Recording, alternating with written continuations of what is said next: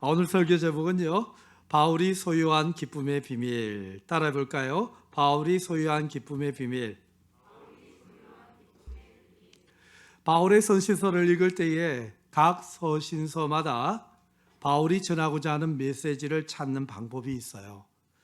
그것은 바로 바울이 서신서에서 반복해서 사용하는 단어, 그 단어에 집중하면 됩니다. 바울이 서신서에서 반복해서 사용하는 그 단어가 바로 바울의 서신서의 그 메시지를 찾을 수 있는 열쇠가 됩니다. 특히 오늘 골로새서 1장을 바르게 이해하려면요, 좀 더 분명하고 명확하게 이해하기 위해서는요, 골로새서 1장에서 반복되고 있는 이 단어를 찾아야 됩니다. 그 단어가 무엇이냐면 비밀이라는 단어예요.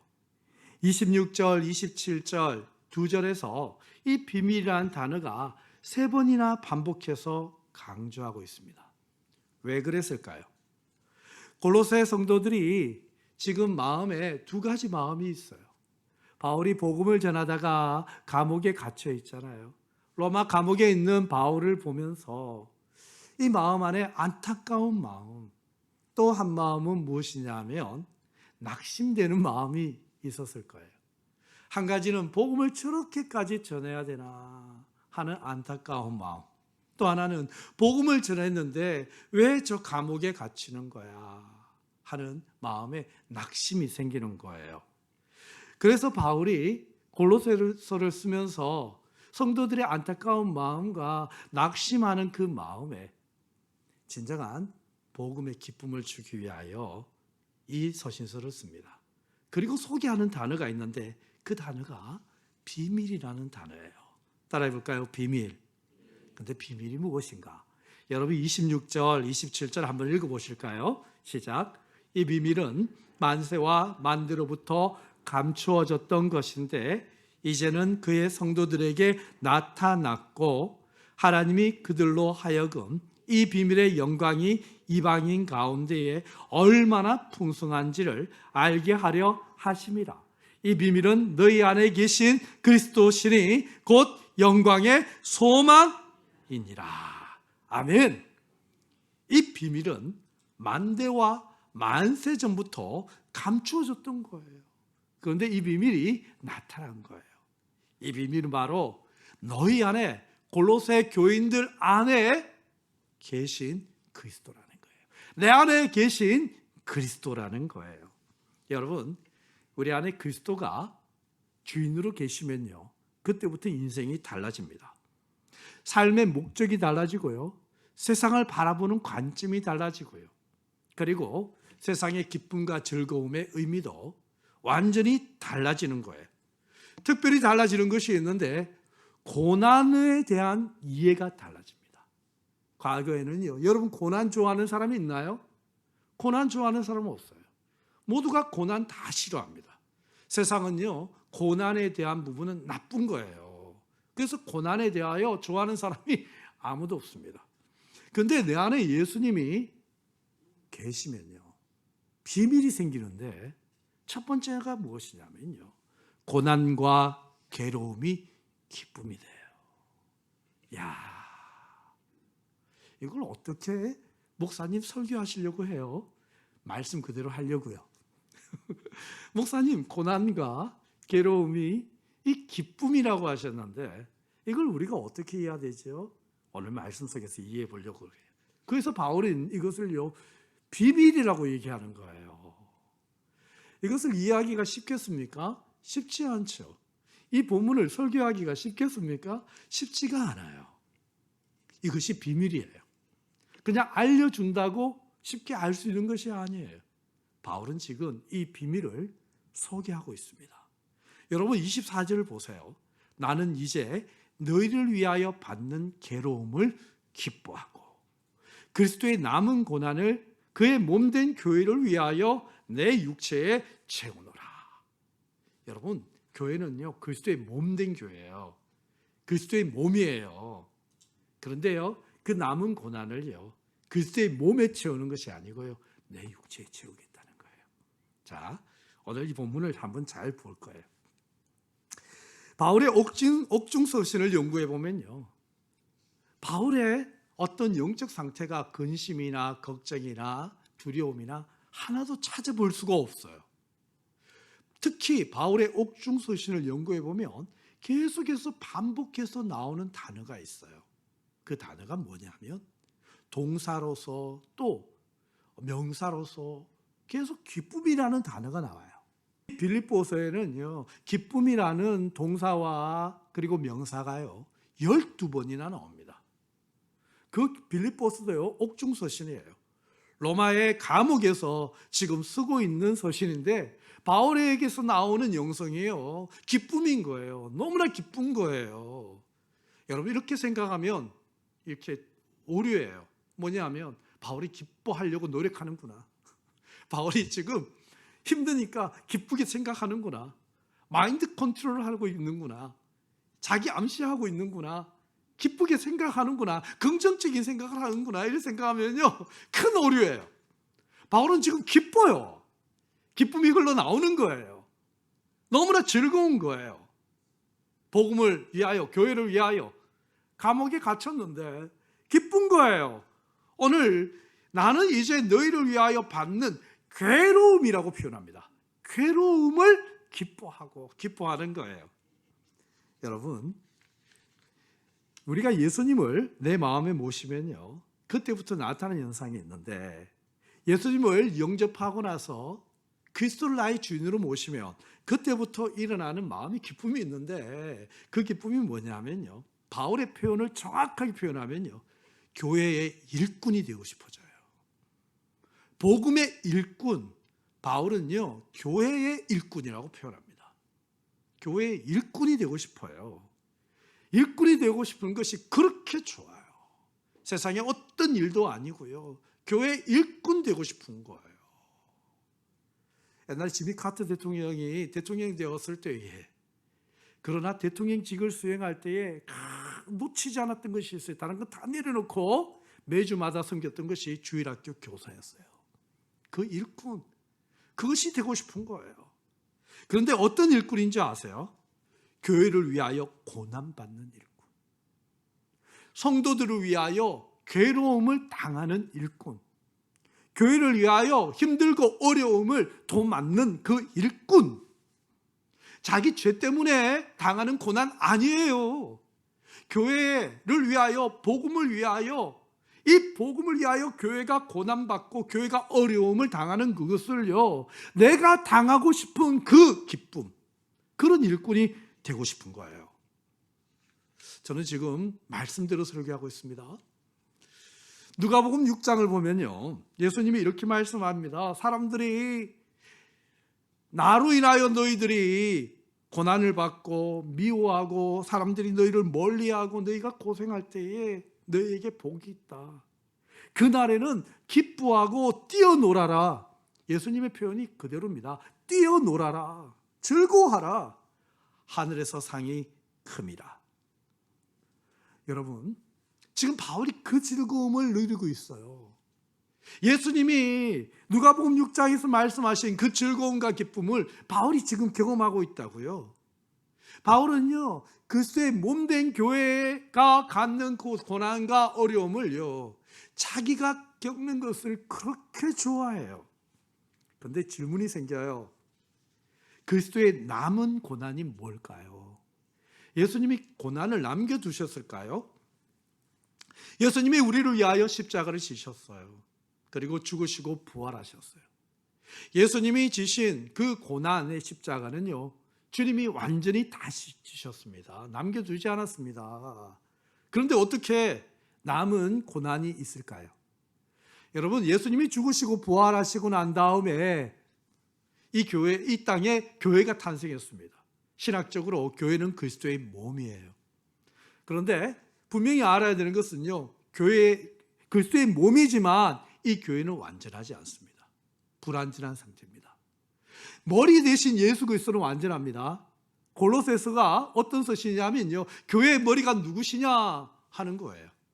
교회의 머리가 예수 그리스도다라는 것을 알려주는 서신이 골로새서고요. 쌍둥이 서신 빌립보서는 어떤 서신이냐?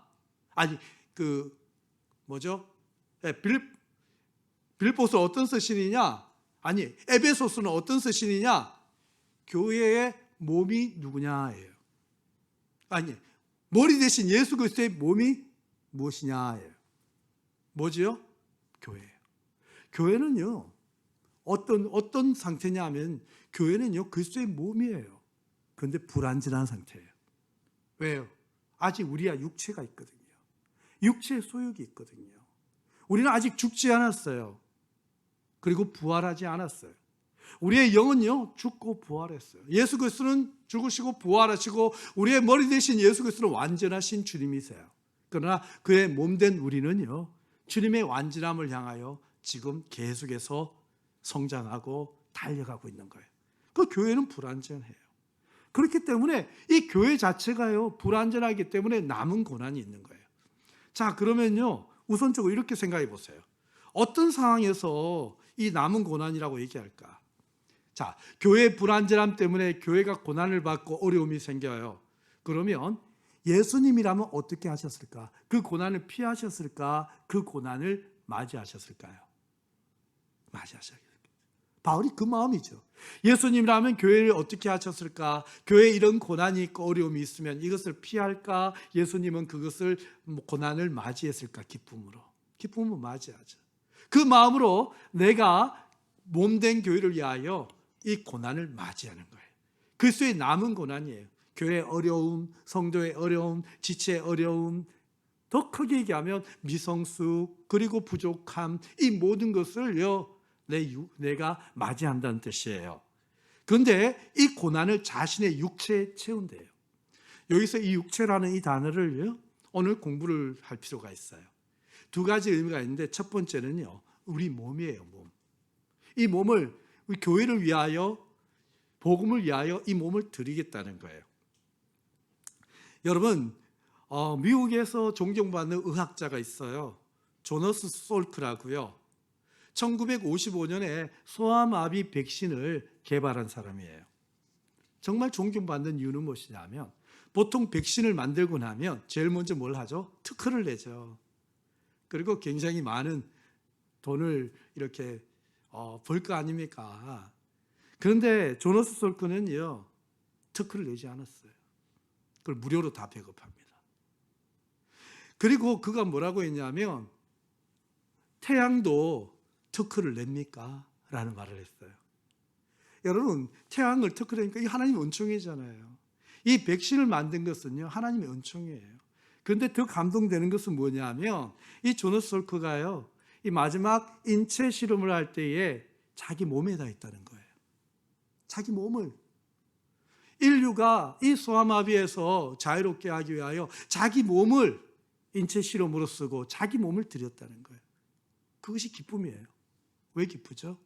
내가 이렇게 함으로 인하여서 많은 사람들이 정말 인류가 건강하게 행복하게 살 수 있다면 내 몸을 이렇게 아끼지 않는 거죠.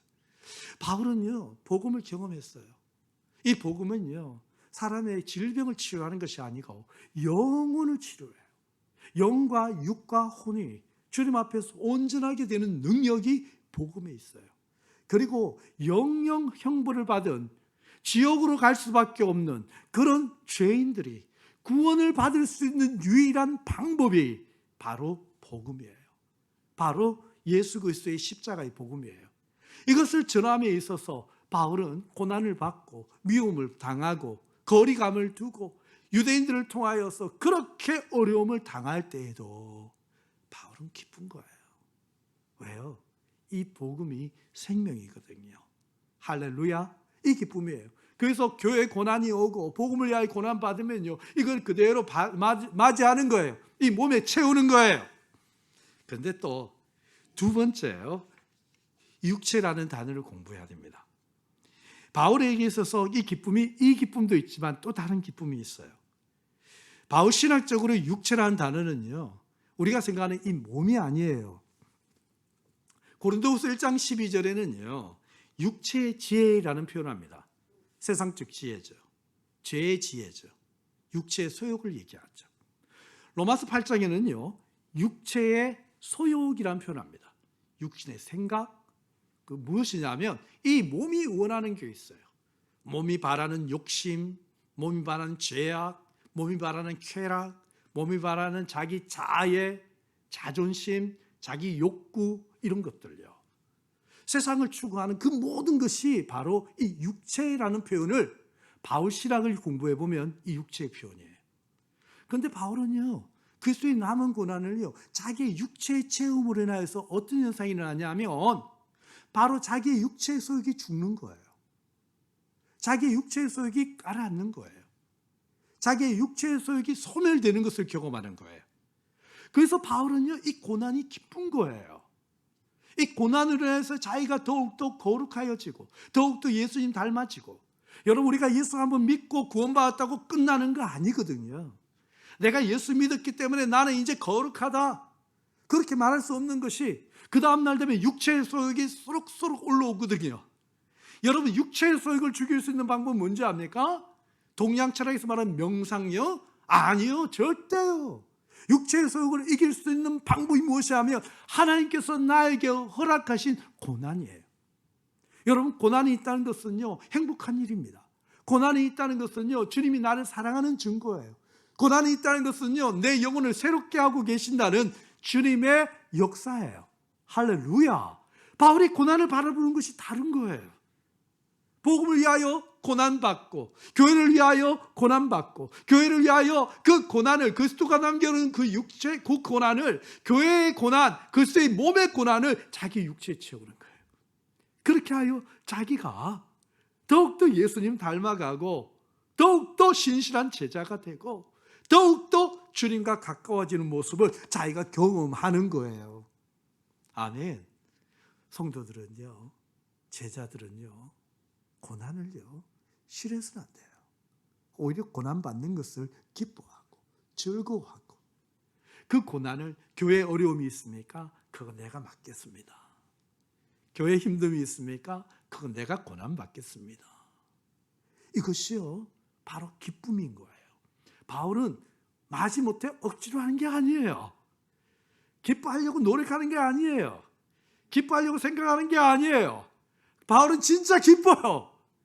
이것이 정말 내 안에 일어나는 영적 현상인 거예요. 바울 안에 일어나는. 존 칼빈이 기독교 강요에서 우리에게 죄를 죽일 수 있는 방법을 세 가지를 이렇게 제시했어요. 첫 번째가 자기 부인이에요. 나는 아니에요. 자기 부인, 자기 생각, 자기 의지, 자기 판단 다 내려놓는 거예요. 두 번째가 뭐냐면 십자가를 지는 삶이에요. 십자가 지는 거예요. 세 번째 뭐냐면 천국을 생각하는 거래요. 자, 자기 부인, 천국 생각, 그 중간에 뭐예요? 십자가 지는 삶이에요. 예수님 말씀하셨죠. 누구든지 나를 따르거든 자기를 부인하고 날마다 자기 십자가를 지고 나를 따라오너라. 우리는요, 신앙생활은 무엇이냐면요, 예수님이 나를 위하여 죽으시고 부활하신 그 예수님을 믿었다는 것은 그때부터 나도 내 십자가 지고 예수님 따라가는 거예요. 여러분 언제 행복한지 압니까? 진짜 예수 믿고 행복해지는 것은요, 고난이 행복인 것을 알 때 행복해집니다. 고난이 행복인 것을 모르잖아요. 땅끝까지 가보세요. 행복 못 찾습니다. 고난 없는 삶을, 유토피아를 세상은, 인류는 찾고 있어요. 그런 유토피아는 없습니다. 언제 진짜 행복한지 아세요? 내가 예수님처럼 살 때에, 예수님처럼 복음을 위하여 내가 고난받기로 결정할 때에, 그때에 내 육체의 소욕이 죽어요. 여러분의 육체의 소욕 안 죽잖아요. 여러분 마음에 정말 육체의 소욕, 죄의 근성, 탐욕, 내 안에 있는 거짓, 내 안에 있는 이렇게 욕망, 내 안에 있는 이렇게 세상의 성공을 향한 이런 디자이어 끌어오르는 이것을요, 여러분 이것을 이길 수 있는 방법 여러분 모르잖아요. 그것을 죽이고 싶고 누리고 싶은데 안 되잖아요. 그것을 누릴 수 있는 방법, 그것을 이길 수 있는 방법이 있는데 그것이 무엇이냐면 복음을 위하여 고난을 내 육체에 채우기로 결정하는 거예요. 바울은요 그것을 허락했는데 이 감옥에 있는데도 불구하고 이 고난, 이 기쁨이 넘치는 거예요. 주님께서 이 기쁨을 주는 거예요. 아멘입니까? 십자가 지기로 결정하는 거예요.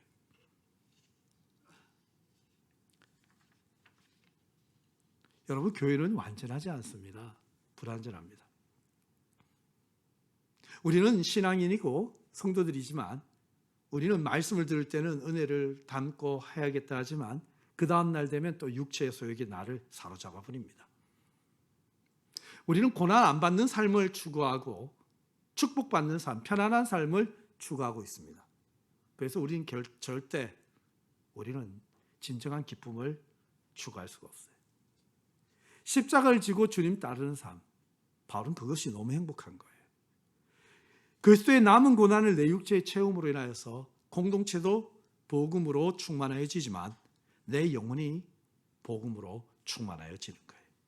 육체의 소욕이 없어지는 거예요. 이것을 바울은 경험하는 거예요. 너무나 기쁜 거예요. 할렐루야. 그런데요, 교회를 위하여 교회의 일꾼이 되어서 고난받는 일꾼이 됐는데 이 고난받는 것이 어떤 내용이냐? 이것이 너무 기쁜 비밀인데 골로새 교회인들도 이렇게 기뻐하기를 원하는 거예요. 이런 기쁨이 있기를 원하는 거예요. 여러분 28절 한번 읽어볼까요? 28절. 자, 여기서도 반복해서 나오는 단어가 있어요. 그 단어에 기쁨이 있어요. 28절 시작. 우리가 전파하여 각 사람을 권하고 모든 지혜로 각 사람을 가르치면 각 사람을 그리스도 안에서 완전한 자로 세우려 함이니. 자, 여기서도 지금 3번 반복해 나오죠. 앞부분에서 우리가 그 비밀이라는 단어가 이렇게 3번 반복해 나오는데 여기서도 각 사람이라는 단어가 반복해서 나와요. 이 각 사람이란 단어, 여기에 기쁨의 비밀이 숨겨져 있어요. 여러분, 바울은요, 각 사람을 그리스도의 제자로 세우는 일에 온 힘을 다 썼어요. 그리고 지금 로마의 감옥까지 왔어요. 여러분, 각 사람을 세우는 일이 얼마나 힘든 일인지 아세요? 바울은요, 교회에서 그리스도의 제자로 세우는 각 사람을 그리스도의 제자로 세우는 그 사역을 했어요. 그런 일을 위하여 고난받아요. 사도 바울은요, 예수님의 사역과 가장 흡사한 사역을 했어요. 예수님은요, 각 사람을 제자로 세우는 사역으로 주님은 공생애를 시작했고 마감했어요. 그리고 제자들에게 각 사람을 제자로 세우도록 주님께서 이렇게 파송하셨어요. 예수님의 사역을 그대로 닮은 사도가 있다면 그 사도는 바로 사도 바울이에요. 베드로는 어떻게 사역했죠? 베드로 가만히 생각해 보면요, 성령이 충만하여 설교했는데 복음을 전파했는데 3,000명이 회개하고 돌아와요. 대단하지 않습니까? 근데 사도 바울에게는 그런 역사는 없었어요. 근데 사도 바울은 가는 곳마다 그곳에서 제자를 세우고 제자를 세우면 그 제자들이 교회를 세웠어요. 그래서 가는 곳마다 제자를 세웠어요. 각 사람을 세웠어요. 여러분, 목회에서 목회자들이 가장 힘들어하고 부담스러워하는 사역이 뭔지 아세요? 설교예요, 설교. 설교가 참 부담이 돼요. 힘이 들어요. 그런데요, 설교보다도 더 힘든 사역이 뭔지 아세요? 각 사람을 제자로 세우는 사역이에요. 여러분 생각해 보세요. 한 1,000명, 10,000명 앞에서 설교하는 것이 힘들까요? 아니면 10명을 그리스도의 제자로 세우는 것이 힘들까요? 1,000명, 10,000명 앞에 설교하는 거 힘들죠. 떨릴 것 같아요. 떨려요. 제가 우리 예배당에서 이렇게 설교하다가 한 번은 이렇게 사랑의 교회 본당에서 교육자들 모임에서 사랑의 교회 본당에서 앞에서 강대상이 말할 기회가 있었어요. 와우, 우리 그 강대상 크기가 우리 본당만 하더라고요. 떨리죠? 근데요, 여러분, 그거보다 더 힘든 사역이 뭔지 아세요? 각 사람을 그리스도의 제자로 세우는 거예요. 복음을 선포하면요, 선포했지만 들은 사람이 그 말씀을 책임지는 것은 그 사람에게 있죠. 그러나 각 사람을 세우는 것은요, 전한 사람과 들은 사람이 1:1 관계, 인격적 관계 속에서 말씀에 대한 책임이 부여됩니다. 지킬 때까지 가르쳐야 되거든요. 지킬 때까지 책임져야 되거든요. 거기서 뒤에 반복해서 나오는 단어가 있어요. 그게 뭐냐면 전파하고 권하고 가르치는 거예요. 각 사람에게 전파하고 권하고 가르치는 거예요. 여러분, 그것이 얼마나 힘들어요. 각 사람에게 전파해요. 각 사람에게 권해요. 가르쳐요. 언제요? 지킬 때까지요. 여러분, 모든 성경 하나님의 감동으로 기록된 것으로, 그죠? 교훈과 책망과 바르게 함과 의로 교육하기 유익하니, 이 의로 교육하기 유익하니가 무슨 뜻이냐면 어렵게 될 때까지 반복해서 가르쳐라는 뜻이에요. 헬라어로 보면요, 반복하는 거예요. 의롭게 될 때까지, 의롭게 될 때까지 교훈과 책망과 바르게 함과 교훈과 책망과 바르게 함과, 이게 쉬운 일이에요, 어려운 일이에요? 여러분, 복음을 전하는 것은요, 전했어요. 그러나 지키는 것은 들은 사람이 지켜야 되죠. 그러나 지금 바울이 얘기하는 각 사람을 세우라는 것은요, 지킬 때까지 가르치라는 얘기예요. 지킬 때까지 전파하고 권하고 가르치는 거예요. 여러분, 이게 쉬워요, 어려워요? 쉬워요, 어려워요? 바울이 이게 고통이란 고난이었다 이거죠. 이 고난을 내 육체에 채우는데, 지금 나는 로마의 감옥이 있지만 이 기쁨을 알려면 골로새 교회야, 골로새 교회요, 여러분들도 나처럼 각 사람을 세우는 일에 고난을 당하기로 결정하라는 거예요. 그러면 그 기쁨을, 그 비밀을 알게 된다는 거예요.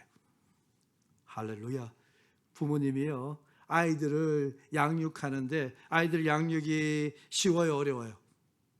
어떤 분이 목사님, 애들요 그냥 자기가 알아서 잘 커요, 밥만 먹고 그냥 가면 잘 자고 잘 커요 라고 하는 분이 있다면 좋겠습니다. 참 좋습니다. 여러분, 아이들 양육하는 것이 쉽나요? 아이들 이렇게 습관 하나 만드는 데 있어서 여러분 잔소리 몇 번 해야 됩니까? 10번요? 좋겠습니다. 100번, 1000번은 해야죠. 100번, 1000번을 해야죠. 습관 하나 잘못 들여지면 그 습관이 바뀌어지기까지 따라다니면서, 여러분, 우리의 인격은요 그냥 만들어진 거 아닙니다. 수만 번, 수천 번의 부모님의 잔소리를 통하여서 우리의 인격이 만들어진 거예요. 잔소리 나쁜 거 아닙니다. 여러분, 잔소리 나쁜 거 아니에요. 반복해. 부모는 포기하지 않습니다. 할 때까지 계속 합니다. 할 때까지. 그러는 가운데에 아이들과 부모님이 얼마나 많은 감정 노동을 합니까? 합니까, 안 합니까? 하지요. 옆집 아이에게는 한마디 하고 나서 안 하면 그냥 뭐 어떡하겠어요. 그러나 바울은 그렇게 목회하지 않았죠. 할 때까지. 이것이 굉장히 힘든 일이에요. 어려운 일이에요. 맞지 않습니까? 여러분, 예수 안 믿는 사람을요, 예수 믿게 만들고 제자 되게 만드는 일이 보통 어려운 일일까요? 세상을 사랑하고 돈을 사랑하고 성공을 사랑하고 세상 쾌락과 즐거움과 그런 것에 빠져 있는 사람을요, 전파하고 권하고 가르쳐서 그리스도의 제자가 되게 만드는 일, 그게 쉬운 일일까요? 좀 대답을 해보세요. 쉬운 일이에요, 어려운 일이에요? 어려운 일이에요. 너무 어려운 일이에요. 근데 바울은 그걸 했다는 거예요. 그것을 하면서 내 고난과 고난을 육체에 채웠다는 거예요. 여러분, 한 사람이 변화되어서 그리스도의 제자 되는 거 어렵습니다. 어렵습니다. 그것을 반복해서 계속해서 포기하지 않고 각 사람을요. 여러분, 각 사람이면요, 10명이면 10명이 다 달라요. 그러면 그 한 사람 한 사람에게 맞추는 거예요. 바울은 어떤 자세로 목회했는지 아세요? 여러분, 고린도 교회 가서 바울이 목회했던 것을요, 여러분 연구해 보면요, 감동이 있어요. 감동이. 제가 교회사를 연구한 우리 친구 교수님에게서 들은 얘기예요. 목사님, 인류 역사상 정말 가장 문제 많은 교회는 성경 안에 있습니다. 그게 무슨 교회냐? 고린도 교회래요. 고린도 교회. 자기는 교회사를 연구해 보지만 고린도 교회만큼 이렇게 문제 많은 교회가 한국 교회에서도 못 봤고 그랬다는 거예요. 그런데 그 미성숙함. 여러분, 고린도 교회가 어땠습니까? 바울 보고요, 바울한테 인신공격을 하고요. 그렇잖아요. 바울이 얼마나 외로웠는지 몰라요. 바울이 정말 힘들었던 교회가 고린도 교회 아닙니까? 그런데 바울이 고린도 교회를 섬길 때 어떤 마음으로 섬긴 줄 아세요? 나는 모든 사람에게 나는 자유자이나 나는 종처럼 섬겼어. 나는 종이었어요. 어떻게 해요? 유대인에게는 유대인처럼, 헬라인에게는 헬라인처럼, 율법이 있는 자에게는 율법이 있는 자처럼, 율법이 없는 자는 율법이 없는 자인 것처럼, 약한 자는 내가 또 약한 자인 것처럼 그렇게 얘기하니까 어떤 분이 그래요. 목사님 다중인격자네요. 이 사람한테 맞추고 저 사람한테 맞추고. 그런 말을 들어도 바울은 관계없는 것 같아요. 왜 그랬죠? 각 사람을 얻으려고요. A 사람을 얻으려면 A에게 맞추고요. B 사람 얻으려면 B에게 맞추고요. 그 각 사람을 얻으려고요. 각 사람을 전도하고 각 사람을 그리스도의 제자로 세우려고요. 자존심이 어디 있어요? 그래서요, 진짜 복음을 아는 사람은요, 속이 다 썩습니다. 속이 썩어가지고 없어져야 돼요. 그런 상태인 거예요. 지금 바울은요, 지금 진짜 기쁨을 소개하고 있는 겁니다. 우리 궁금하잖아요. 감옥에 있는 바울이 어떻게 이렇게 기쁠까? 어떻게 이렇게 즐거울까? 그러면 교회 생활하는 우리는 어떻게 해야지 즐겁고 기쁠까 하는데, 우리에게 각 사람을 제자로 세우기 위하여 결단하라는 거예요. 고난받기로, 마음고생하기로, 어려워지기로. 여러분, 진짜 행복은요, 내가 제자 되는 거 아니에요. 제자 삼는 거예요. 한 사람을 제자 삼기 위하여 내가 마음고생하고, 내가 정말 고생하고, 내가 괴로움을 당하고, 내가 어려워도 그 사람 제자 삼기 위하여 내가 헌신하고, 내가 아파하고, 내가 눈물로 기도하고, 내가 그런 사람을 살기로, 골로새 교회요, 서로 사랑의 교회요, 그것을 결단하라는 거예요. 그렇게 하라는 거예요. 그때 뭐가 오죠? 기쁨이 있다는 거예요. 여러분, 제가 여러분 여쭤볼게요. 여러분, 천국 가기 전에 내가 참 잘 살았구나, 내가 주님 앞에 설 때 내가 참 잘 살았구나, 여러분 그렇게 인생을 살고 싶지 않으세요? 그러려면요, 듣고 싶은 얘기, 그러니까 들을 만한 얘기, 내가 듣고 좋을 그런 이야기를 설교로 듣지 말고요. 진짜 비밀이잖아요.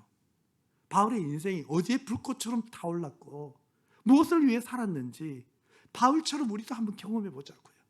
나를 위해 사는 것이 아니고 믿지 않은 자를 위하여, 죽어가는 자를 위하여, 복음을 위하여, 복음이 없어서 죽어가는 자를 위하여, 듣지 못하여, 깨닫지 못하여, 예수 그리스도의 그 복음의 비밀이 얼마나 귀한지 그걸 알지 못하여 세상 가운데 죽어가는 자들을 구원하는 일을 위하여, 여러분, 내가 그곳에 그 일을 위하여 내 고난을, 어려움을 내 육체에 채우겠다, 그렇게 한번 결단해 보는 거예요. 바울이 지금 그것을 지금 소개하고 있는 거예요. 저는요, 오늘 말씀을 묵상하면서 참 사도 바울은 이 각 사람이 이렇게 세우기 위하여 고생하고 고생한 그 모습을 보면서 난 참 행복한 목회자구나 라는 생각을 했어요.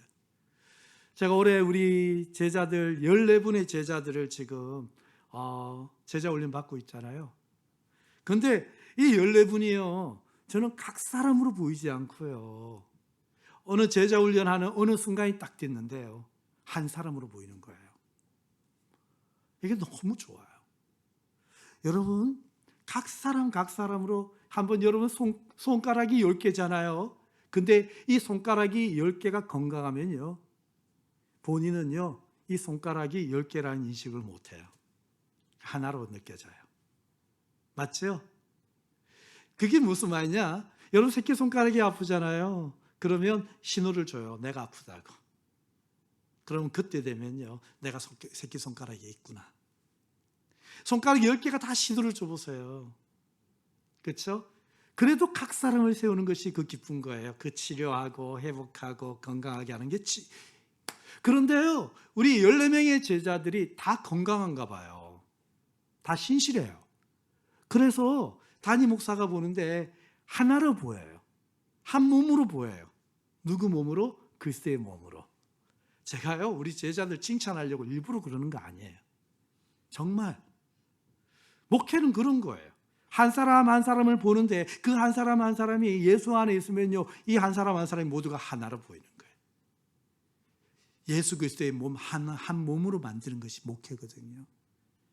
바울은요, 한 사람 한 사람 각 사람을 그리스도의 몸으로 만들고 그리스도의 몸이 되게 하고, 그리스도의 몸의 일원이 되게 하는 그것이 너무 행복한 거예요. 그것을 위하여 자기의 육체의 고통을 세우고 자기의 괴로움이 이것이 행복한 거예요. 할렐루야. 목표가 뭔지 압니까? 여러분, 오늘 본문 보면 25절에 내가 그리스도의 일꾼 된 것은 하나님이 너희를 위하여 내게 주신 직분을 따라, 어떤 직분이에요? 하나님의 말씀을 이루려 함이니라.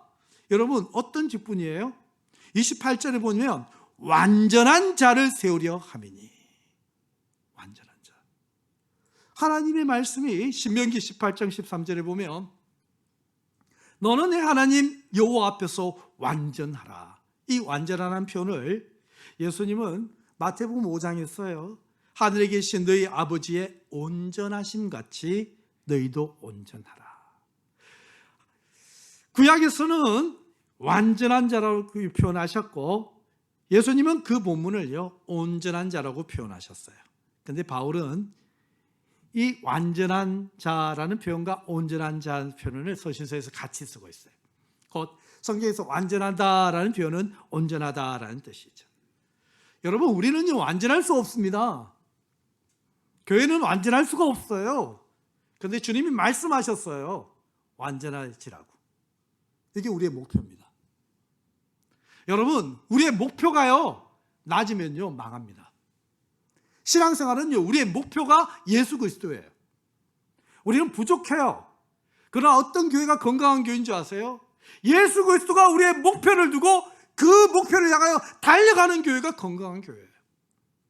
사람이 많이 모여있다고 건강한 게 아니고요, 사람들이 좋아한다고 건강한 게 아니고요, 우리의 목표가 말씀을 따라 완전한 하나님을 닮아가기로 결정하고 그것을 위하여 수고하고 노력하는 교회는요 건강한 교회예요. 저는 우리 서로 사랑의 교회가 그런 공동체가 되기 원합니다. 아멘. 지금 바울은요 그것을 위하여 애쓰는 거예요. 온전해지기 위하여. 예수님처럼요 우리는 그렇게 될 수 없어요. 완전해질 수 없어요. 그러나 주님 말씀하셨어요. 완전하라고요. 내 안에 계신 예수 그리스도가 완전하기 때문에 예수님 따라가면 완전해지는 겁니다. 아멘. 할렐루야. 그것을 위하여 고난을, 그것을 위하여 어려움을 내 육체에 채우는 거예요. 괜찮은 거예요. 완전해지는 길이기 때문에요. 온전해지는 길이기 때문에요. 여러분 진짜 행복이 뭔지 아세요? 여러분 신앙생활 하고요 그냥 축복받고 잘되고 형통해지는 거 위해서 우리가 신앙생활 하고 싶죠. 그렇게. 근데 그게 행복 없어요. 진짜 행복은 무엇이냐면요 예수님이 제자 삼으셨던 것처럼 나도 누군가를요 제자 삼을 때 그때 진짜 행복해요. 자, 설교 준비하면서 계속해서 오카른 목사님 생각나더라고요. 오카른 목사님이 은퇴하시고 소천하시기 전에 마지막으로 제자훈련 평신도 지도자 세미나를 여셨어요. 그 목회자들이, 한국교회 목회자들이 다 모여있는 후배들이 있는 가운데 목사님이 이제 몸이 너무 안 좋으셨어요.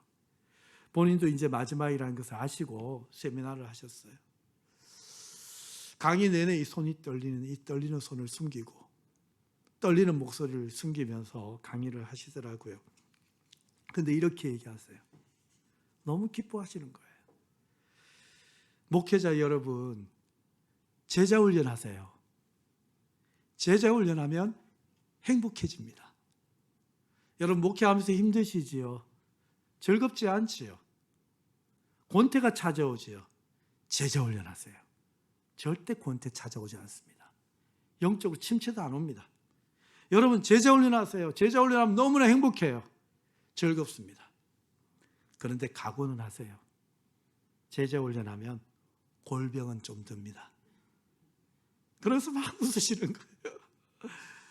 왜 골병 드냐면 각 사람을 세우거든요. 각 사람의 영적 상태를 보고 세우거든요. 각 사람의 영적 상태를 두고 모른 척하면 안 되거든요. 그 사람이 그 문제가 해결될 때까지, 그 영적 문제가 해결될 때까지 세상을 사랑하면 그 세상을 사랑하는 마음 주님께 돌아올 수 있도록, 돈을 사랑하면 돈을 사랑하는 마음이 주님께 돌아올 수 있도록, 성공을 사랑하면 성공을 사랑하는 마음이 주님께 돌아올 수 있도록 그것을 끝까지 계속해서 가르치고 교훈하고 책망하고 해야 되거든요. 그게 쉬운 일이에요? 어려운 일이죠. 그러니까 그런 일을 하다 보면 목회자와 훈련생이 어떤 현상이 일어납니까? 감정 실험을 하는 거예요. 감정 노동하는 거예요. 그것 때문에 서로가 힘든 거예요. 말을 못하면서도 힘든 그런 상황 가운데 노출되는 거예요.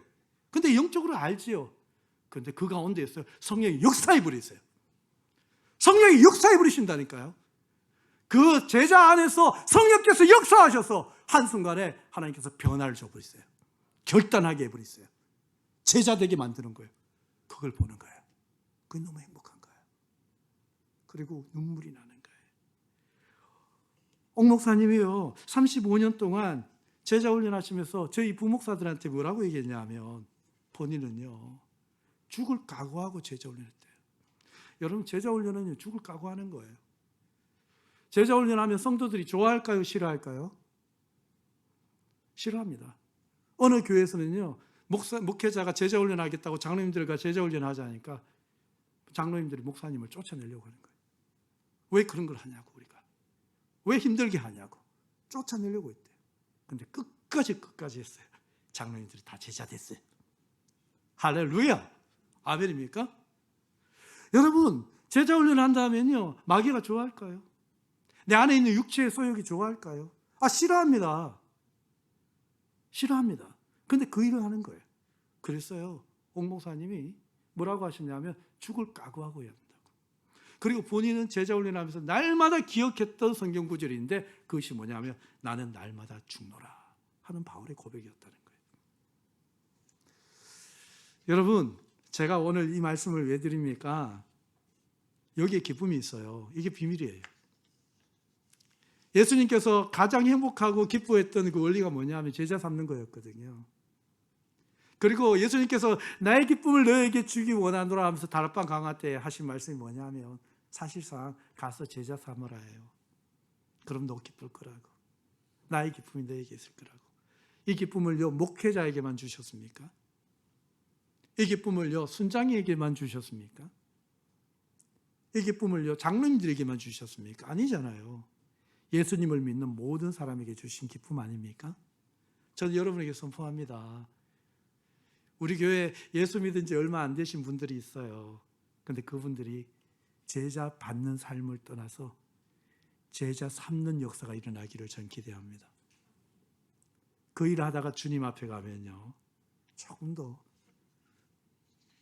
더 이렇게 아쉬움 없을 것 같아요.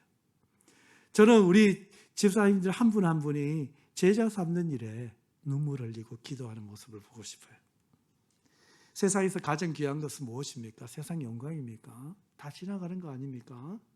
진정으로 이 땅에 남는 것은 제자만 남는 거예요. 생명만 남는 거예요.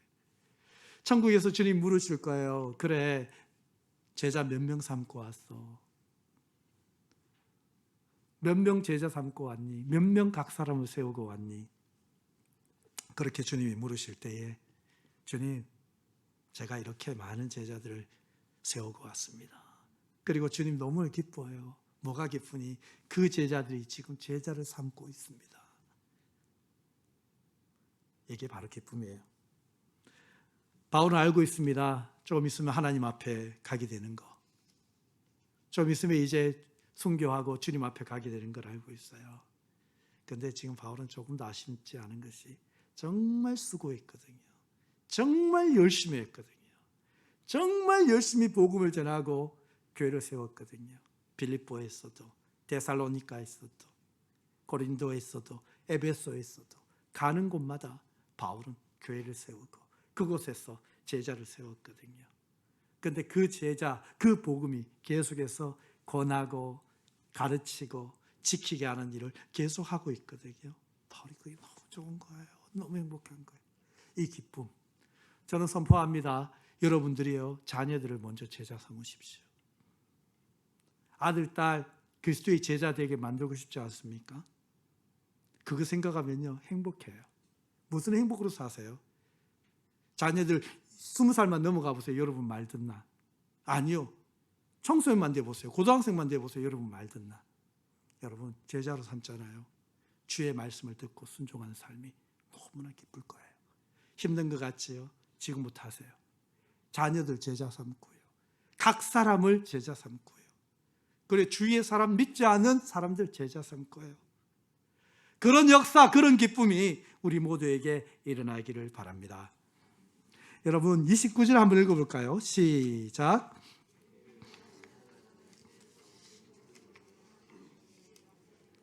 힘을 다하여 수고하노라. 자 보세요. 바울이 그렇게 역사할 때요, 내 속에서 능력으로 역사하시는 이의 역사를 따라. 여러분 우리가 그런 각 사람을 세운 일을 할 때 바울 안에서 성령께서 역사하시는 거예요. 예수님께서 역사하시는 거예요. 또요 복음을 전하잖아요. 그 제자의 영혼 속에서 역사하는 거예요. 어느 한순간 180도로 바꿔버립니다. 어느 한순간 그 사람에게 180도 바꿔버려요. 하나님의 역사가 있어요. 그것을 믿고 하기 때문이죠. 완전한 자로 달려가게끔 만듭니다. 아멘. 저는 믿습니다. 제자 훈련을 하잖아요. 한 사람 한 사람 세우잖아요. 그 제자가 제자를 또 삼잖아요. 그런데 그 안에서요 성령께서 역사하세요. 예수님께서 그 영혼 속에서 역사하세요. 우리 제자들 가운데 아직 미숙한 부분이 있지만 저는 믿습니다. 반드시 주님께서 그 미숙함을요 완전함으로 바꾸실 거예요. 누가요? 주님께서요. 목사가 하는 게 아니에요. 목사는 주님의 동력자예요. 여러분이 하는 게 아니에요. 사실상 주님이 하시는 거예요. 우리는 주님의 동력자입니다. 그래야 그 기쁨을, 예수님의 기쁨을 나의 기쁨으로 소유하는 그런 비밀의 기쁨을 소유하기를 바랍니다.